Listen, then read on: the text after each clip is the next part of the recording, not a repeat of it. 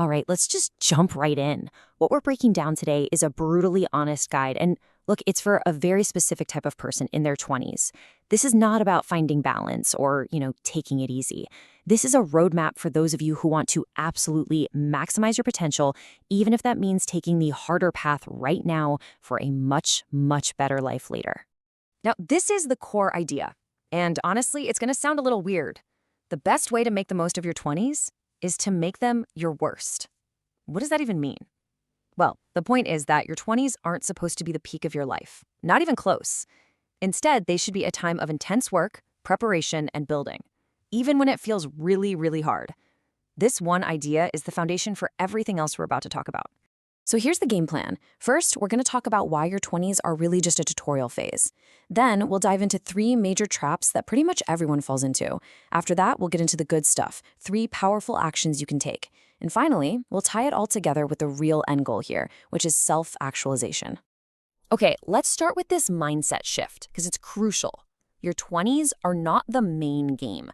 They are the tutorial level. This is where you're meant to build the skills, the character, and the foundation for the rest of your life. Thinking that this decade is supposed to be the highlight is probably the single biggest mistake you can make. Believing your 20s are the peak leads you straight into this dangerous cycle called the stagnation loop. Here's how it works. You have these amazing first peak experiences around age 20, right? Partying, traveling, new freedoms, it's incredible. But then you mistake that feeling for real, lasting happiness, and you spend the next few years just trying to relive those exact same moments. And what happens? Your personal growth just stops. It flatlines completely. And here's why that's so dangerous. If you get stuck in that loop, you're not just standing still. You are actively getting worse while the world moves on without you. The results? You could wake up in your 30s or 40s having dug yourself into a 30-foot deep hole with the financial situation, the mindset, and the emotional maturity of a teenager. And from down there, it is incredibly hard to climb out. Okay, so knowing that danger, let's move on to the mental roadblocks that cause it in the first place. The source material points to 3 specific traps that keep young people from building that solid foundation. Honestly, avoiding these is half the battle. These are the big 3 right here. Taking advice from the wrong crowd, letting distractions eat up your most valuable resources, and settling for a safe job that just slowly sucks the life out of you. We're going to break down each one. The first trap is a big one: who you listen to. And the source is pretty blunt about this. Most people, even the ones who love you, will give you limiting advice that's based on their own limited life. This quote kind of gets to the heart of it. Often, without even realizing it, their advice is designed to keep you right there at their level. Which brings us to the obvious and critical question, right?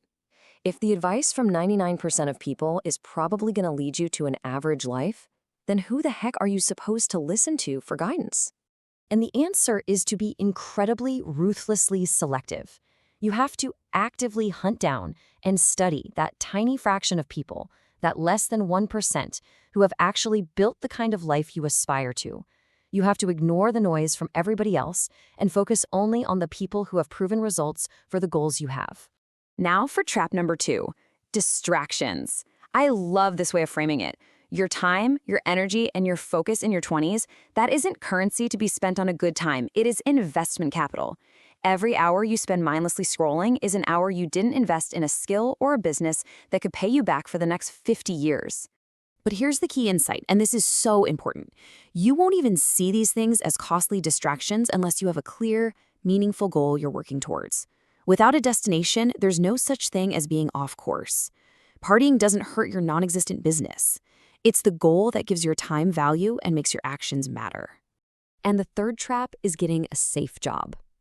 The argument here is that for the kind of person who wants real growth and control, a typical 9-to-5 is a trap.